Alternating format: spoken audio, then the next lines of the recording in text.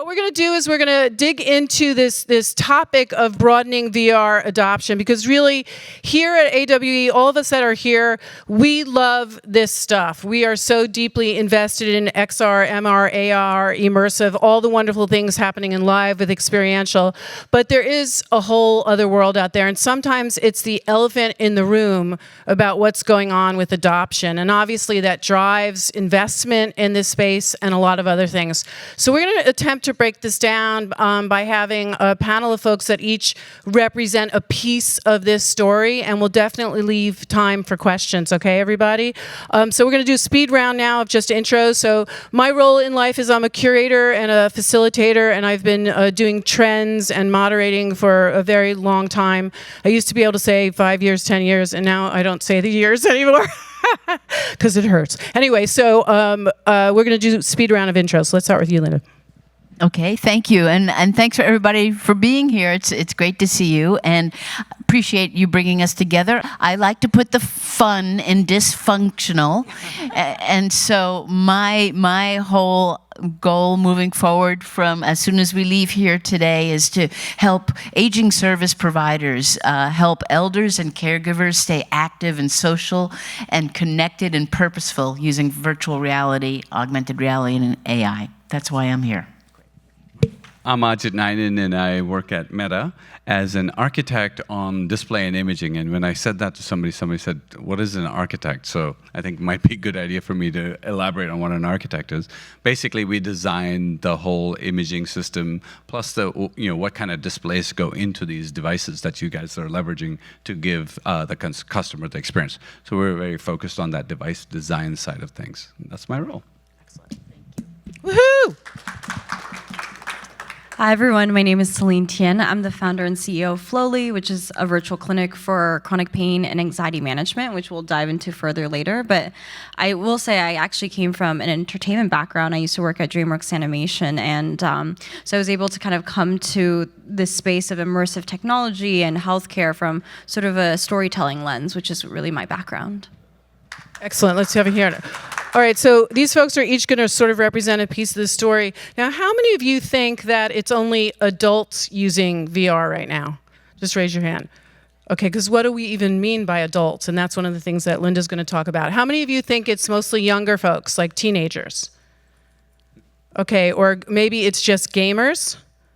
Hands up if you... Okay, all right, we're going to define demographics first, because this is the other challenge with this. If we use certain words, our brains go, oh, that means that. But the reality is there's stuff happening in this space, and we're going to attempt to help define it. So go ahead, Linda. The pressure is on you. Okay, thank you.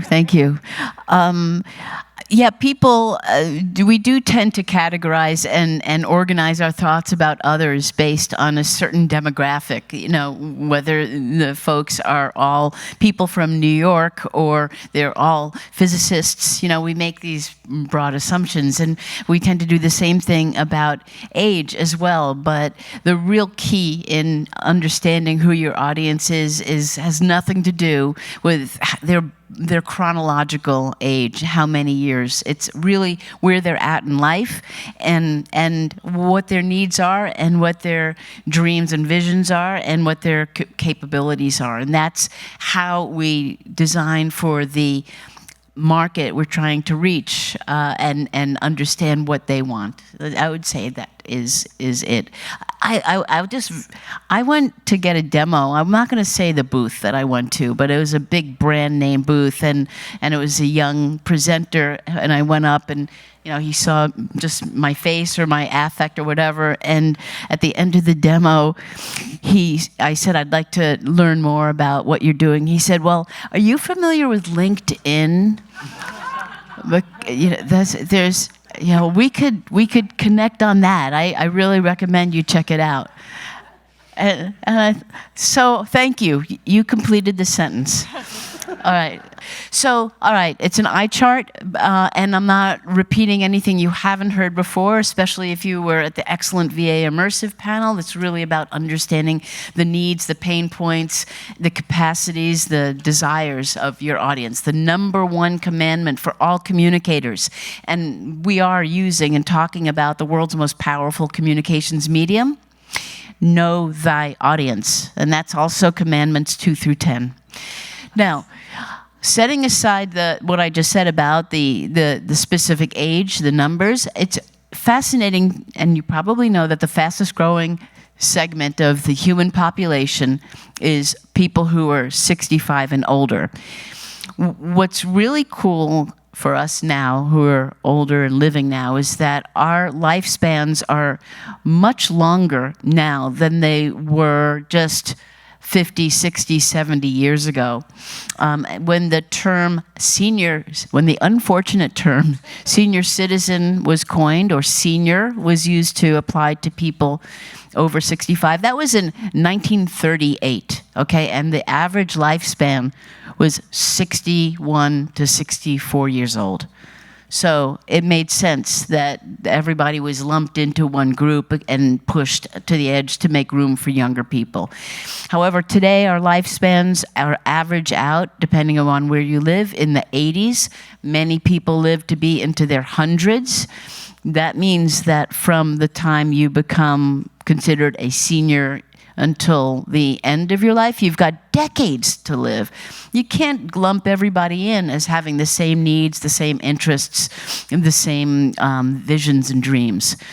And so I wanted to share some of this, these data points also for those of you in the room who are looking for opportunities. We're looking to broaden the impact of the efforts we're making here. So where can we find the people who can benefit from what we bring to them? It is older people. That's who has the money to spend on the headsets and the apps and the systems. A lot of these older people consider ourselves very healthy, good. So it may not necessarily be a treatment approach that we're taking, but a preventative approach, something to enjoy our lives more deeply and broadly as we age. Our lifespans are longer, so now we are all trying to lengthen the time we spend being healthy during those lifespans. That's called our health span. There's a real opportunity for our community to help people generate joy and nourish themselves as we go through our health spans. Now, I don't want to be a buzzkill, but I have to tell you something that USC uncovered in a recent study. Think about all the older adults 65, 75 and older. Apparently 3 out of every 10 older adults today has undiagnosed cognitive impairment, mild cognitive impairment that they're unaware of, and that may progress to dementia. So if we know it, we are able to mitigate it. People who are in your 40s and 50s, that's when you need to start working on protecting your brain so it doesn't decline as you get older. So there's so much that we could be doing in our immersive environments. And older adults, by the way, are the best founders of businesses in this space. Woo, let's hear for older adults. Woohoo! Yeah. So, 60-year-old founders are 3 times more likely to succeed than 30-year-old founders. It's true. Now, here's another mind-blowing fact. You could lump together 5-year-olds because developmentally they're all similar and they've had a lot of similar experiences. But as we get older, our experiences diverge. We become different in so many ways, having to do with where we live, who we love, what we eat, how we take care of ourselves. So it's also very challenging to define your product requirements according to a particular age group. So I just want to encourage everybody looking at how to take your fantastic solution into your most deserving audiences. Just talk to your audiences. You cannot generalize what a group of 80-year-olds need. They're all different. This is a great book, This Chair Rocks. A Manifesto Against Ageism by Ashton Applewhite is a very good tool for helping to understand the audiences in this space. Now, finally, I hope I'm not going over time. the word health span was coined in 1987 in this issue of Science magazine, and it means how long we live without major health problems. I was struck by the fact that also in 1987, virtual reality made the cover of the Scientific American. Same year, that's what launched 1,000 cover stories and the media hype originally around the first wave. So 1987 was a hot year. Let's develop immersive environments to close the gap between health span and lifespan. Define our audiences using psychographics. Great article in a Harvard Business Review that'll turn you on to psychographics. And through that, we could improve people's quality of life and years spent in good health, and encourage intergenerational connection. Involve our target audiences in the design of the software. That's what Ajit is doing. It's brilliant. And don't necessarily think about healthcare apps. Think about using apps in every vertical field in a way that encourages quality of life and healthy habits and cognitive stimulation and all the good things that help us progress through life in a healthy way. If we treat ourselves well, we'll treat other people well too, I hope. This got a little knocked out. The National Institute on Aging just issued a call for proposals. So I encourage any of you, if you are entrepreneurs, have small businesses, and you are addressing the needs of older adults and their care partners, because caregiving is a huge part of this country's economy, and both the hidden labor force as well as the obvious one. There's a lot of funding priorities, a lot of cash available for these areas. So I encourage you to check that out, and you could always get in touch with me too if you'd like to explore these ideas further. Thank you. All right, thanks. That's great. And Linda really did a great job of setting up this question about who are we building for, right? You know, what is that demographic? And so Ajit, now I want to hand it over to you so you can sort of talk to us a little bit more about when you are building these things, what are some of the things you should think about? I did have a brain health question for you, but I forgot. So that was a dad joke. Okay. All right, sorry. Okay, go ahead, Ajit. That was a good one, by the way. I always thought an adult was somebody who was older than me, and then I got an AARP eligibility notice. Now I'm an adult. Yeah, you are. So, all right. So, yeah, I mean, the way I think about this whole immersive world and how we need to be designing and the adoption that we need to be targeting on a certain demographic is very similar to what we're doing for all our customers, right? I think of our devices as perceptual displays and perceptual devices, right? So we're sticking this on our heads, and they're not a device that sits far away like a computer or a phone that you're holding far away from your head. It's actually sitting on our faces. And so when we design these applications and the displays from a hardware point of view, we try to optimize this for human perception and human consumption. And I have this thing I call the Ninan's 9, since my last name is Ninan. It makes it easier to remember. There's 9 axes on which image quality and image comfort relies on.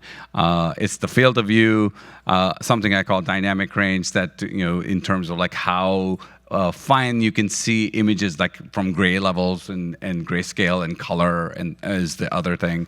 And then there's stereo imaging, which is how do you perceive an image with both your eyes, binocular imaging, however you want to refer to that.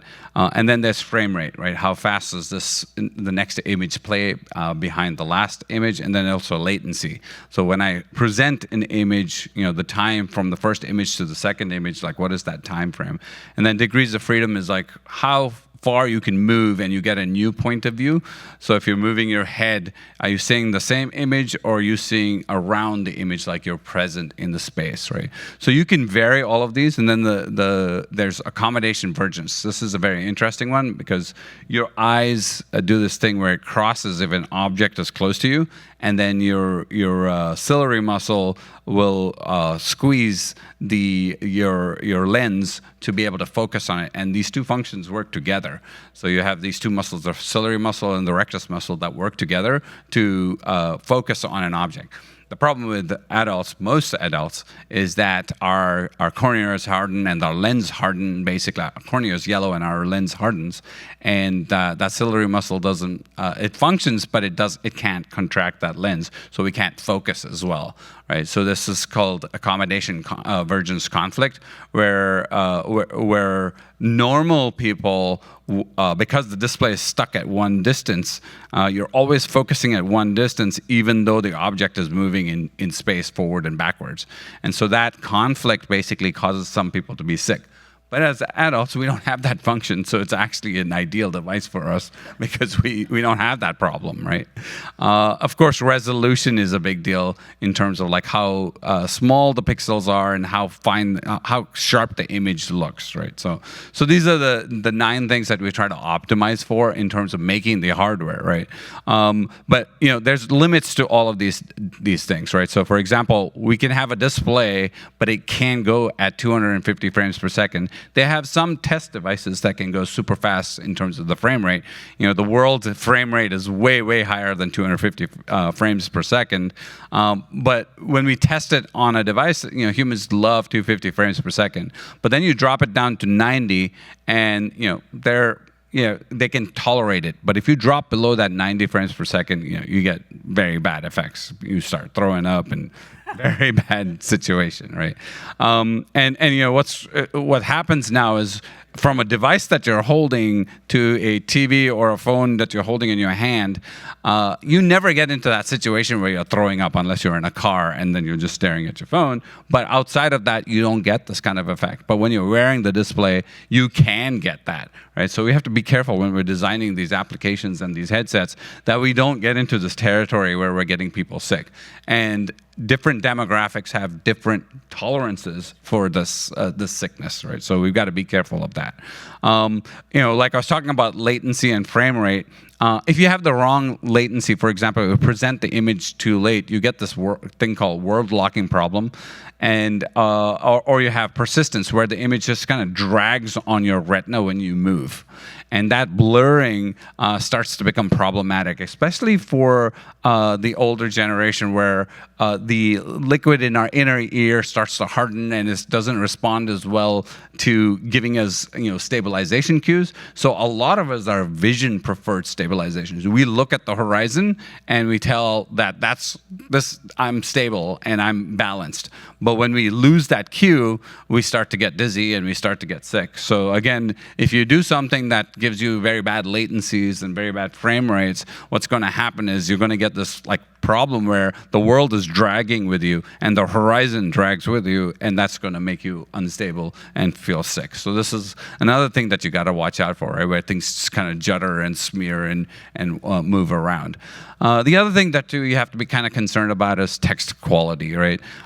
If you don't have very good resolution, you have to do all this weird things like subpixel rendering, and edges of text looks really bad. If you have bad optics, things look very fuzzy.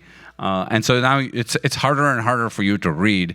And so for people who have vision problems already, it's a bad deal to have a very small font on an image or a display that's got very low resolution or very bad optics that you can't ever focus on the display or the text, right?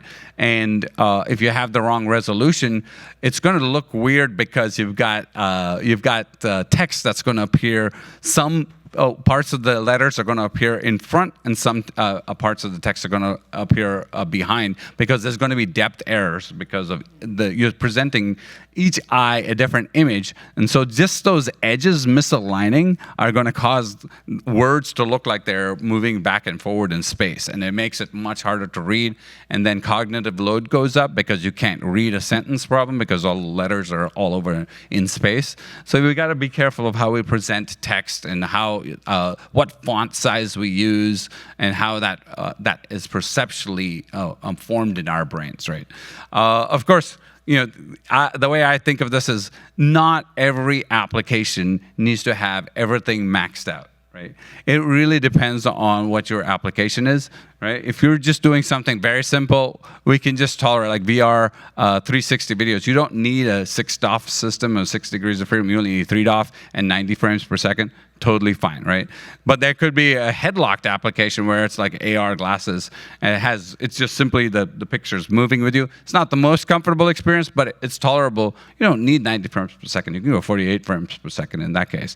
So this is not about like always maxing out on everything all the time. It's very specifically application dependent and demographic dependent, right? So if you're building an application for a certain demographic, you can compromise in certain areas while you optimize on other areas. Like in this case, I actually showed the color gamut is very low. It's almost like a black and white display, but you might not be doing much with it, right? It could be a green display where you're just doing pop-up information or something like that, right? Or you're reading, you're enabling somebody to read text that they couldn't have read just with their own eyes because of some vision impairment, right?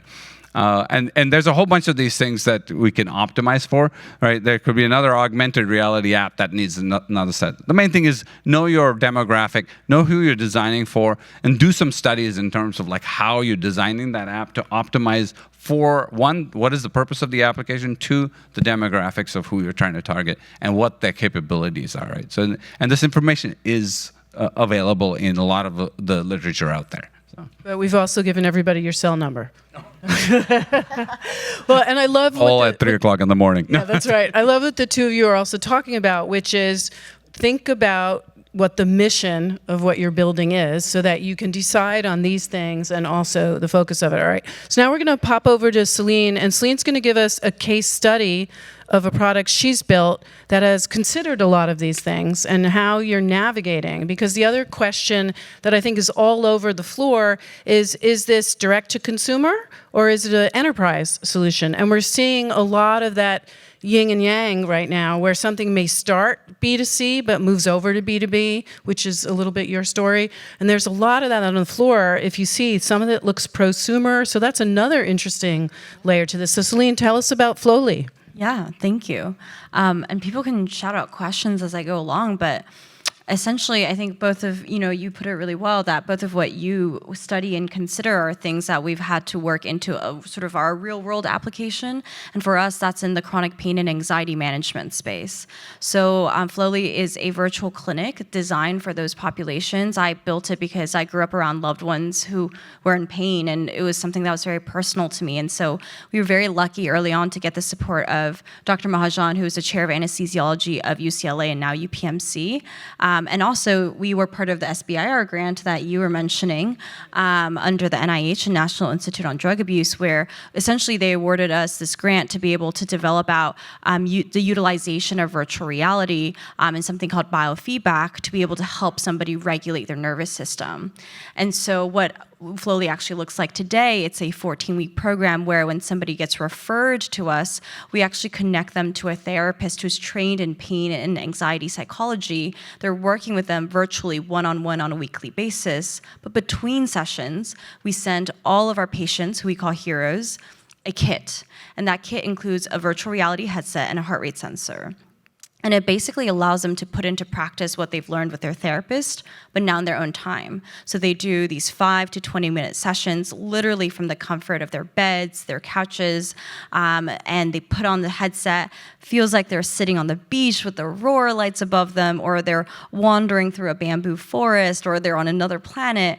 But at the same time, they're actually seeing their real body, their physiology, like their heart rate, their breathing, their heart rate variability in the world, immersive experience, and they're learning how to adjust and regulate it so that they move their body from a fight or flight state, where a lot of that pain and that anxiety lives, into that rest, digest, and recovery mode, their parasympathetic system. And as Lori was mentioning, we launched out of Y Combinator in 2021, initially direct to consumer. And I think at the time we weren't too sure like who was going to adopt a solution like this. And over the years, what we realized is the chronic pain and anxiety space is really massive. It really ranges, right? Our average age is about 45 to 50 years old. We work with teenagers, and our oldest hero is in her 90s. And so we had to design this basically VR solution that could work across the board, which is extremely challenging. And so one of the, I think, biggest learnings we've had is there's no one size fits all, but you really have to hone in on the population you're trying to serve and what are their specific needs. So to give you an example, we actually work with AARP. We came out of their innovation labs, and we think about, okay, what kind of movement can we have in the virtual reality experience that isn't going to have a latency effect, that isn't going to cause them to be nauseous? People that already have migraines, I mean, you can't stimulate them any more than that. So a lot of our experiences are very still, very placid, but then the stimulus comes from very like low light factors like butterflies or flowers that grow very slowly, or certain sounds that we've tested that aren't stimulating to the patient that we're working with. Another example is we work across the board of folks of different ethnicities, socioeconomic backgrounds. And in that, we have to think about, okay, what is triggering to certain populations and what's not? What's relaxing to a mom from Southern California living in Orange County is not relaxing to a Black mother in the suburbs of Chicago. Like, it's a very, very different population. So we have to think about, what does like a body of water mean in virtual reality? And how does that affect different families? And is that relaxing at all in the first place? So I think a lot of what we've tested over the years is really more so asking the right questions of the people that we're serving and understanding, is what we're building actually feeding that need? Could you just use another moment to talk about how you knew what your business was, the category you're in, and you really dug into how does our healthcare system work? Yeah. Can you talk a little bit about how you played with the business model because of that? Yeah, I mean, I can't think of a worse system than our healthcare system, honestly. So it was a huge learning curve for me and my team. So initially we were direct to consumer, but we realized, okay, if we're gonna serve everybody with pain and anxiety, it needs to be reimbursable. It needs to be covered by insurance. I don't know who here has worked with health plans or their insurance or even try to call their customer service. I can't think of a shittier, honestly, product out there than our health plan. And we realized we have to make the product and the service fit into the current ecosystem so that people could cover it. So what that meant is actually working with real clinicians and therapists so that we could build current CPT codes so that the use of VR is actually somehow covered under these codes that are already existing.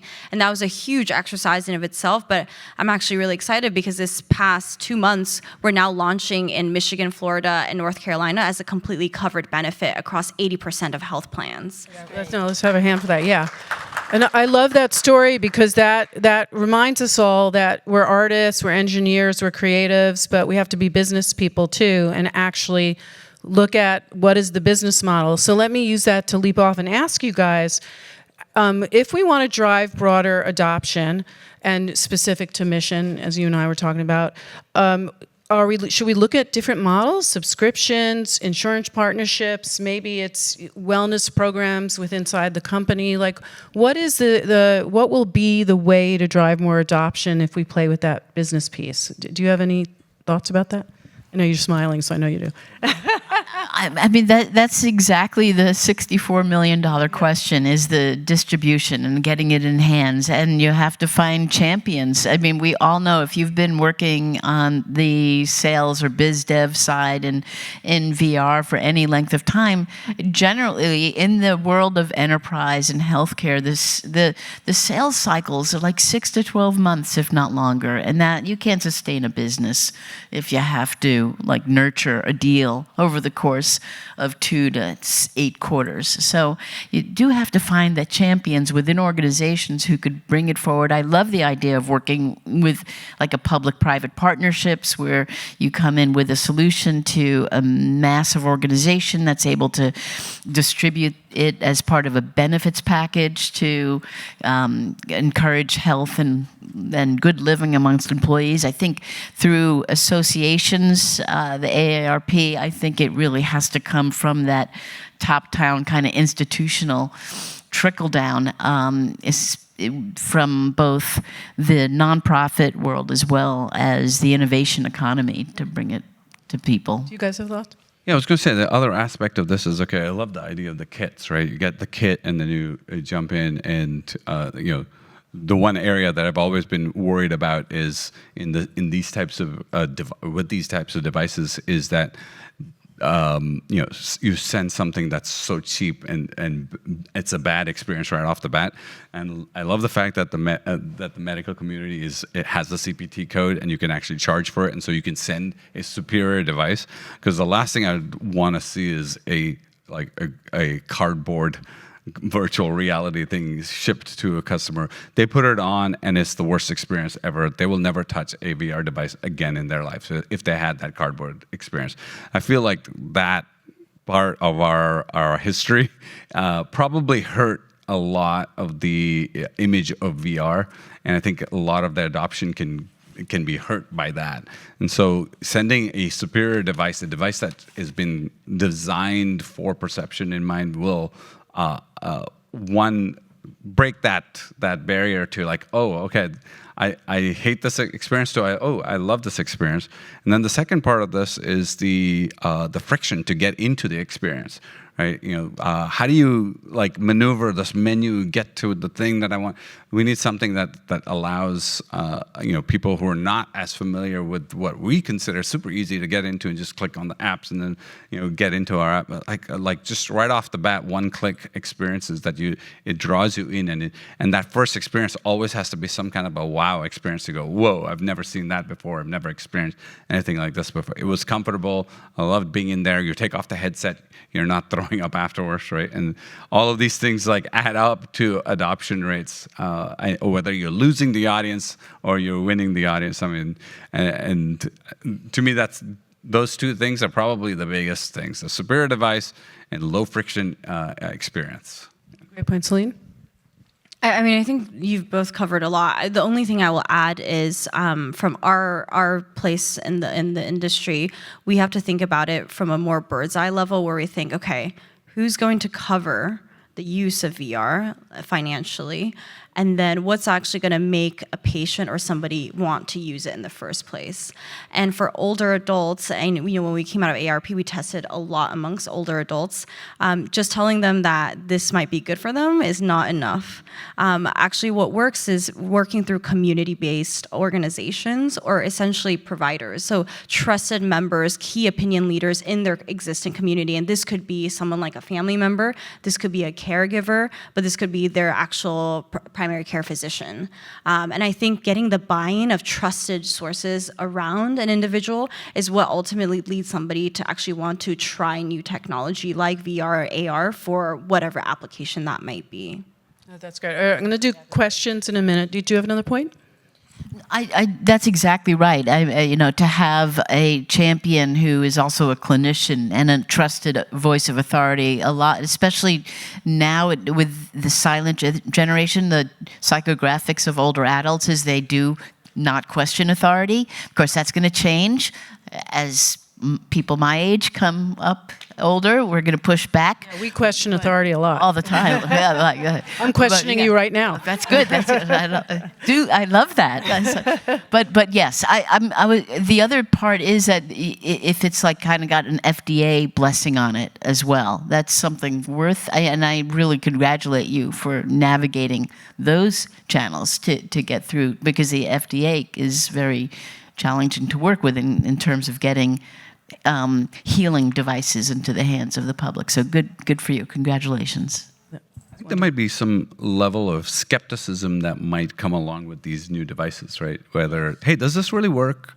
Yeah, that was cool, but why should I do it again? And so I think, the one thing about mental health, at least, you go to a counselor or somebody who's going to talk to you and guide you through things, like a psychologist or a psychiatrist. You're sitting in their office and they're talking to you and guiding you through things, and so you feel like there's an interaction there's some level of interaction. With these devices, if there isn't that interaction, I feel like that am I getting better, or is this really helping me, is going to be a layer of skepticism to get over. And it might be a good idea to have some kind of actual interaction and a guided experience and like a feedback loop. I love the heart rate thing that shows you, right? That's Yeah, I have ChatGPT, but anyway, it tells me, great question, Lori. Anyway, it does. It literally, it's like all emotional now. Anyway, this is another person to deal with, and I'm like, done. But anyway, so is health and wellness then the only category we should all be thinking about? Like, what other categories do you think we could apply all your wisdom to where we would see broader adoption? I mean, I know you get exposed to a lot of stuff. I do see this of use in games and making games that also can encourage healthy action. I could see what you're doing, having games inside the environment in order to get people to be distracted from their pain. But I also see opportunities in basically in any kind of vertical industry where there's an application, that it can be presented in such a way as to encourage a healthy interaction. But I know I could be more vague, but I think we that's have what colleagues say that are in real estate, right? Real estate's a big area where that's solving a lot of issues for both sides of that equation. One example that I've been looking at and very interested in is the need for home modifications for people after they receive some type of diagnosis that requires them to have care at home. Yet in their homes they may need assistive technologies, or they may need to modify their decor because they have some kind of cognitive impairment that requires that involves sensory discomfort. And so I believe we have a lot of opportunity to use AR and VR to do rapid iterations of home modifications to help each other, to help folks coming out of hospitals, and to provide a transition of care that's seamless. Yeah. I mean, there are other applications outside. I guess it might categorize as health and wellness as well. I mean, I have a father who's 90 years old, and there's a whole issue of mobility, and he wants to go, back to his coastal state in India to see where he grew up and all those places, but he can't get there, right? And now with these tools, I mean, everything is spatial now, right? So if we had more capture of spatial experiences that we can bring back those memories, I think that would immediately... I think you should give him an Apple Pro. Is that against, are you allowed to do that because you work at Meta? Or I would give him a Quest 3. Okay, all right. Yeah, that reminiscence therapy is very powerful, and yes. All right, let me ask you guys another category, and then we'll go to the audience. What I've been enjoying as a strategist and as someone working with clients who are, touching all sorts of technology is what's going on with live and experiential right now, right? Where you go to events and there could be a VR experience, or like Cosm, if you've been in LA, or the Sphere, all these things where that 360, that immersive experience is happening. Are you guys starting to hear more about that? And is that going to spur adoption? Because once you create content for one of these worlds, we can start to play with it in other places, right? So are you seeing, stuff bubbling up from live? This is the international sign for live, by the way. Okay. Yeah. I thought it was something else, but that's okay. I used to come from the entertainment space and worked in location-based entertainment, et cetera. So I think there certainly is an application there, and it's some really exciting ones. The way that my team and I like to think about applications is always through what do people need? Not just what they want, but what do they actually need? And I think one, I was gonna opine a little bit on the last question. I think education is a really low-hanging fruit for another space that really could use, I think, immersive technologies, and where studies have actually shown it increases efficacy of learning. So I think across the board, whether it could even be entertainment, or it could be practical industrial training applications, things like that. I think it all sources to a certain sense around education, and is it actually going to help in that way? Great. What about you guys? It's kind of like you go, like to the top of the Empire State Building, and you go up to the top and you get the thrill, and it's all windy, and you wait online, and then you go down, and of course you exit through the gift shop, and then you buy the snow globe. And the snow globe is, I guess that's it. That's your experience. Then you bring it home, and that snow globe is like holds your memories, you know. So yes, we need to enable an immersive snow globe for all the good shared live experiences that we have. And I know that a lot of people, like we have opera singer Lauren Michelle in the audience, who is working very hard to be able to replicate the ephemeral experience of being in an experiencing opera and bringing it into You're going to have to sing for us before worlds. this wraps, but But I think to be continued. This is we're at early days in this part of it as it relates to, I think, who we're trying to reach and how. That's great. That's great. Anything? Yeah, I mean, the live experiences, I mean, the first thing that went in my head is like going to a concert, right? And I mean, for me, at least when I get older, I guess I'm old, I would want to go to a concert experience. I think the biggest barrier there is right now a lot of the concerts are like avatar-based concerts. I would really like those avatars to be real human, 6 degrees. And that is, I don't know if have you been to Cosm in LA? I have heard a lot, talked about it. It's fantastic. So Feels instead very of immersive. schlepping to SoFi, which you have to walk like 2 years to get to your seats, you sit in this smaller venue and you're there. It's streaming 5K, you know, or 8K sometimes, and you're there, and it's you're having a cocktail, you're relaxed. It was easy to park, but you're watching the live game or whatever it is, and it's like a half sphere or a quarter sphere. So models like that, I think, are really exciting. When I hear stuff like that, I mean, I think part of that experience is that you're not wearing this giant thing on your head. So I'm curious to hear from you, like, how much of the headset, like the form factor, is a problem as a barrier? I mean, like, how does that cause interference with your adoption and usage? Yeah, I mean, I think for almost 80% of our population, it doesn't. But keep in mind, we work with a clinical population, so we have to understand our inclusion and exclusion factors for who can use our program. But so, you know, if you recently had head or neck surgery, you're not recommended to use it. But for most people, it is actually fine. And it's also because we've designed it in such a way that you can lie down wearing it, which I think is unusual when you think about doing a VR experience. But that's the kind of thing we have to design for, because we have patients that are bedbound, or they have intense nerve or back pain, like they have to only sleep on one side, or they can only sit in a certain position.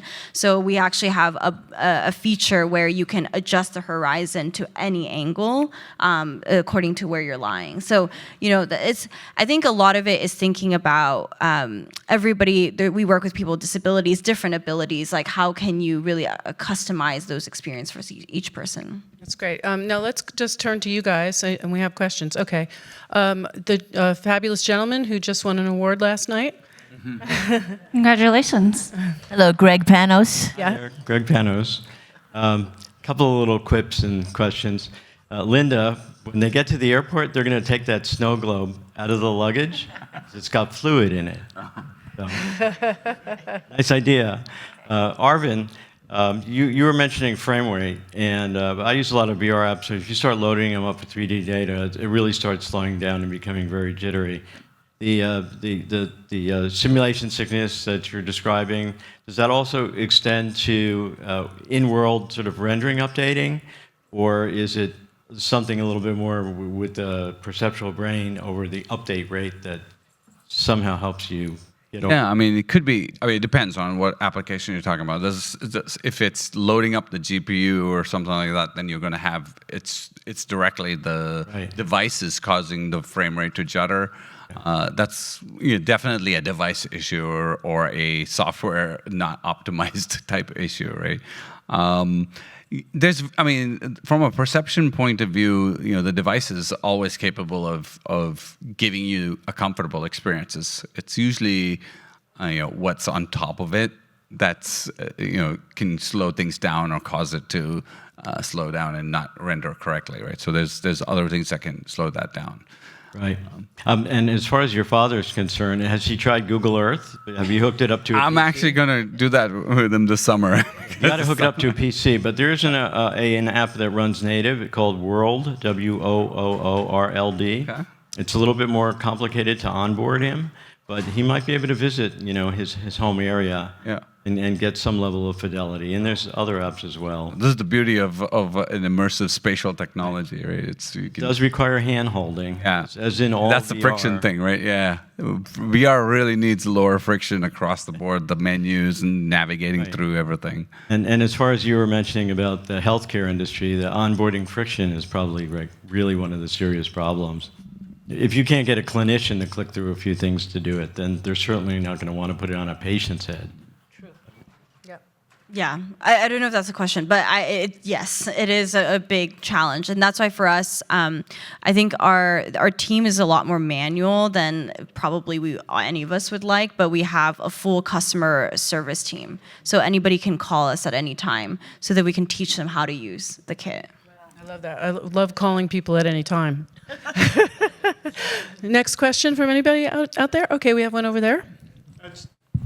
Just to follow up on actually the topic that we were talking about. What about a generative AI digital human in your healthcare professional space? So now it is easy. You're literally just having a discussion, and it's a real-time environment in an immersive space. To me. Yeah, I mean, I'm really excited about the potential of that, but I will tell you probably the biggest barrier for that kind of technology is getting that covered by health plans. And that's just the reality. I think there is so much concerns around security, privacy. I can go on for years to telling you all the details of what we have to go through to get approved as a vendor for a health plan, that anytime you say anything around AI in the healthcare space, it's really sensitive around health plans. And so honestly, I think it's the system that is the biggest barrier in this space. Well, that makes sense. But what about if you control kind of the information, the data sets, right? So it's only going to be applicable for that specific patient. So you can train the models, and it's very much intuitive for that individual patient. Maybe then that's a way of getting around something that's more open. Yeah, I mean, we can talk more on that. I think the problem is, how do you prove that? And That's fair. Yeah, you have to Open the door, Hal. Anyway. need some HIPAA compliant Nobody got that. rules for all of this to happen. Does that exist, or is that? No, I don't know that they've updated like HIPAA compliance to AI at all. That's a whole other conversation. Yeah. Any more questions out there?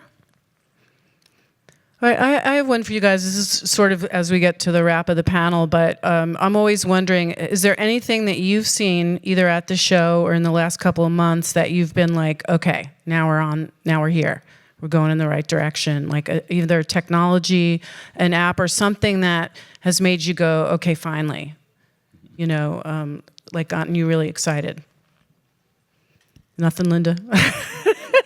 It's hard to pull out favorites and I don't want to. Personally, I felt that way after I saw a demo of a dementia caregiver training platform that was developed by Santa Clara University, and I thought that this is the way we need to go through. They created spun out a nonprofit to partner with a very well-known gerontologist who has developed a very widely accepted and practiced approach to working with people who have cognitive impairment. And so this group out of Santa Clara University has developed a startup, Content for Good. I'm working with them, and I believe it's like because of the points that you bring up about the healthcare system, and I believe that taking a nonprofit approach in terms of content and being able to get the funding for its distribution through the various aging service channels is really exciting. There's a lot of promise. It's not sexy, but it's fun and it's important. Yeah, and it's going to change things. Okay, we love that. Okay, what about you, Jeet? Yeah, so for me, I mean, the broader adoption it comes with form factor, right? And the fact that you can wear us all the time, and I feel like everything I'm starting to see is form factor related, and these devices are getting smaller and smaller. And of course, glasses to me is the thing that you will wear all the time, right? All of us like wear glasses, and the ability for this thing to be your assistant on your face, seeing everything you're seeing and giving you advice and telling you what to do and giving me superpowers because I can't see far away and I need to read a sign and it reads it for me. All of those things, I think, is where I start to get excited, where it's not just a 1 hour use thing or a 2 hour use thing, it's an all day thing, right? And I eventually see AR as kind of becoming probably a medical device as well, because it's going to give people superpowers on what they couldn't do, right? I can't read the menu. Okay, well, read it for me, and then it reads it. I literally got through 2 weeks in Tokyo using an AR app for the first time ever. And I translated everything live. I read menus. I did everything, and I've never done that before. This was the first year where it was ready to be used like that, and it was a game changer because I wasn't like sitting there looking up things, and I didn't have to bother everyone and be that weird American girl. I'm still a weird American girl, but you know what I'm saying. You totally understand me. What about you, Celine? What's the question? Just is there anything? You're so head in, so probably when things move forward for you. But we were just pondering, like, what is the one thing maybe we experienced in the last few months that we're really excited about? I think there's a lot to be excited about. A lot of what I'm excited about is around AI, to be honest, and what that implicates for like healthcare and the healthcare professionals we work with, etc. And a lot of the other piece that I think a lot about is the actual hardware, like you were saying, the form factor. I feel like I'm being the Debbie Downer of this panel all the time, but I just feel like the problem for us getting too excited about it from our team side is the cost related to a lot of like innovations and on the form factor, right? Like if it's not, it needs to be inexpensive enough that it can be covered and that most people can access it. I will tell you, like some of the populations we work in, for example, Texas, a lot of the populations, they don't even have smartphones. We're working with like Medicaid populations where this is so far beyond, what their day-to-day lives is that we always have to we always get the reality check of, okay, what is actually going to help these populations? Right. There's bigger issues. I was very excited about, and I know that they've been around for a bit, but RP1, the metaverse browser, so something that would actually connect all the spatial content. Oh, you have another question? Please. Yeah. Take us home, baby. Take us home. I routinely review all of my diagnostic information on Quest and LabCorp. It's actually pretty complicated for normal people to figure this stuff out. A long time ago, I conceived of like a virtual human where you color-coded and you had the organs rendered and you could map the specific bilirubin and kidney functions and other things into a medical three-dimensional persona that a patient could put on a headset, and they could, I hate to use the word grok, but they could sort of grok what's going on in the totality of all of the ordered medical tests in a visual and a spatial sense, which really is, a lot of our intelligence is based on spatial reasoning. And it shouldn't be that hard to do. Whether you're, I don't know, have you talked about or created any prototypes like this area? And then also, Arvind, you mentioned medical device certification, which is a just horrible minefield on the physical platform space, let alone specific software modules. But we need to get there because this will save our lives. This will help us stay healthy. This will help us understand what's going on and motivate us to do whatever it is we need to do, change our diet or whatever.